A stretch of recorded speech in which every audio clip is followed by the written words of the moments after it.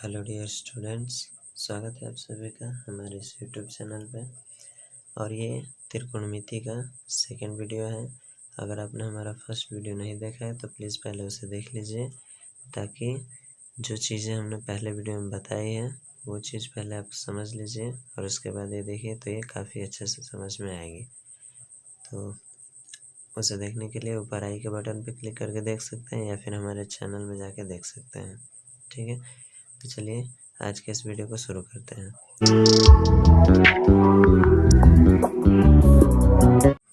तो आज के लिए हमने सबसे पहले बनाया है एक समकोण त्रिभुज, क्योंकि इसी से हम समझेंगे कोण बदलेगा तो P और B कैसे बदलेंगे। ठीक है, और उनके बदलने से कुछ निष्पत्तियाँ जो है वो आपस में बराबर हो सकती है। ठीक है, तो देखिए मान लेते हैं कि हमारा जो यहाँ कोण समकोण है उसको B ले लेते हैं, ये हो जाएगा, इसको C मानते हैं, इसको A।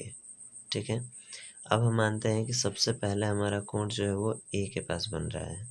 ठीक है, तो जैसा कि हमें पता है कि जो सबसे लंबी भुजा होगी यानी जो 90 डिग्री के सामने वाली भुजा है ये हमेशा H होता है। लेकिन जब कोण यहाँ बनेगा तो न्यून कोण के सामने वाली भुजा P हो जाएगी। ठीक है, और जिस भुजा के साथ कोण बन रहा है वो B हो जाता है, यानी आधार हो जाता है। ठीक है, अब इसमें हम मान निकालते हैं सबसे पहले साइन A बराबर। ठीक है, तो साइन A बराबर होता है P/H। ठीक है, तो जो P है उसका मान है BC और बट्टा में H का मान है AC।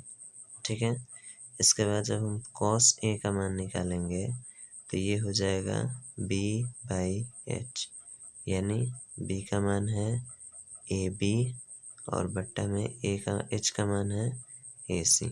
ठीक है, उसी तरह अगर हम tan A का मान निकालें तो ये होगा P/B, यानी P का मतलब BC और बट्टा B का मतलब AB। ठीक है, अब इसका जो व्युत्क्रम होता है साइन का वो होता है कोसेक। तो कोसेक A बराबर हो जाएगा H/P, यानी H जो है वो AC है और बट्टा में जो P है वो है BC, यानी कि AC/BC। फिर जो सेक A का मान निकालेंगे वो होगा H/B, यानी कि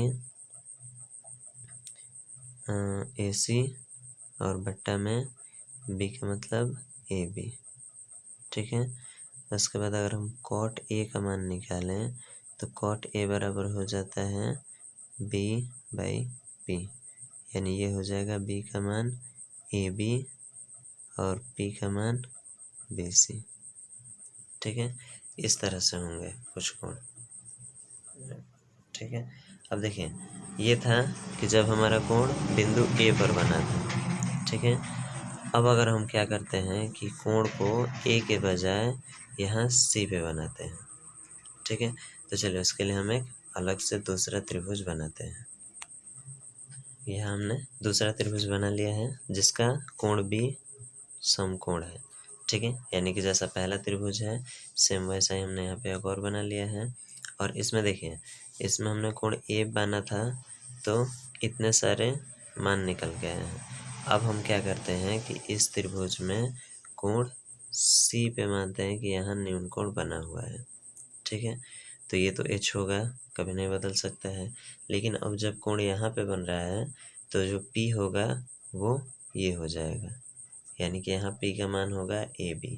ठीक है, और B जो होगा वो हो जाएगा BC। ठीक है, अब देखिए हम निकालते हैं यहाँ साइन C बराबर, तो साइन C का मान होगा P/H, यानी P का मान है AB और बट्टा में H का मान है AC। ठीक है, यानी AB बट्टा AC। इसी तरह cos C का मान निकालते हैं तो cos C बराबर होता है B/H, यानी अब यहाँ जो B है वो है BC और बट्टा में H का मान है AC। ठीक है, फिर यदि हम tan c का मान निकालें तो tan c बराबर हो जाएगा p/b, यानी p का मान है AB और बट्टा में b जो है वो है BC। ठीक है, फिर अब अगर हम यहाँ निकालें cosec c बराबर, तो ये होगा h/p, यानी h जो है वो है AC बट्टा p जो है वो है AB। ठीक है, उसके बाद sec c बराबर निकालें तो वो हो जाएगा h/b, यानी जो h है वो AC है और b है वो BC है। ठीक है, फिर अगर हम cot c बराबर निकालें तो वो होगा b/p, यानी b जो है वो BC है और बट्टा p जो है वो AB है। ठीक है, तो हमने इस तरह से यहाँ कुछ मान निकाल लिया है। तो देखिए हमने यहाँ पर कुछ मान निकाल लिए हैं, यानी कि ये हमने जो दो अलग अलग त्रिभुज बनाया है, ये त्रिभुज अलग नहीं है, एक ही है, बस हमने कोण को अलग अलग किया है। ठीक है, यानी पहले इस पे बनाया है और उसके बाद यहाँ पे, तो यहाँ बनाना अगर बनाते तो कुछ प्रॉब्लम हो सकता था, इसलिए हमने यहाँ पे अलग बना लिया है। ठीक है, यानी कि इसका मतलब ये है कि जो AB है वो इस AB के बराबर है। ठीक है, जो यहाँ पे BC है वो इस BC के बराबर का होगा और जो यहाँ AC है वो इस AC के बराबर का है। ठीक है, अब देखिए यहाँ पर जो सबसे पहले हम देखते हैं sin A, ठीक है, बराबर ये यहाँ पे आया हुआ है। ठीक है, sin A बराबर है BC बट्टा AC।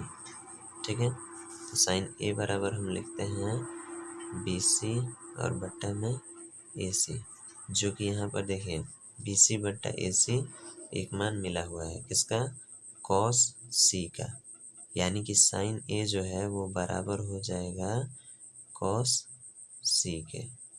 ठीक है, तो इसलिए हम ऐसा लिख सकते हैं sin A बराबर cos C।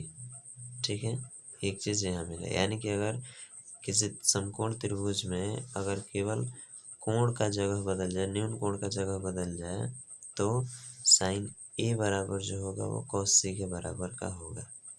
ठीक है, इसी तरह अगर हम यहाँ cos A का मान देखें तो cos A बराबर जो है वो यहाँ पे आया हुआ है, cos A यहाँ है।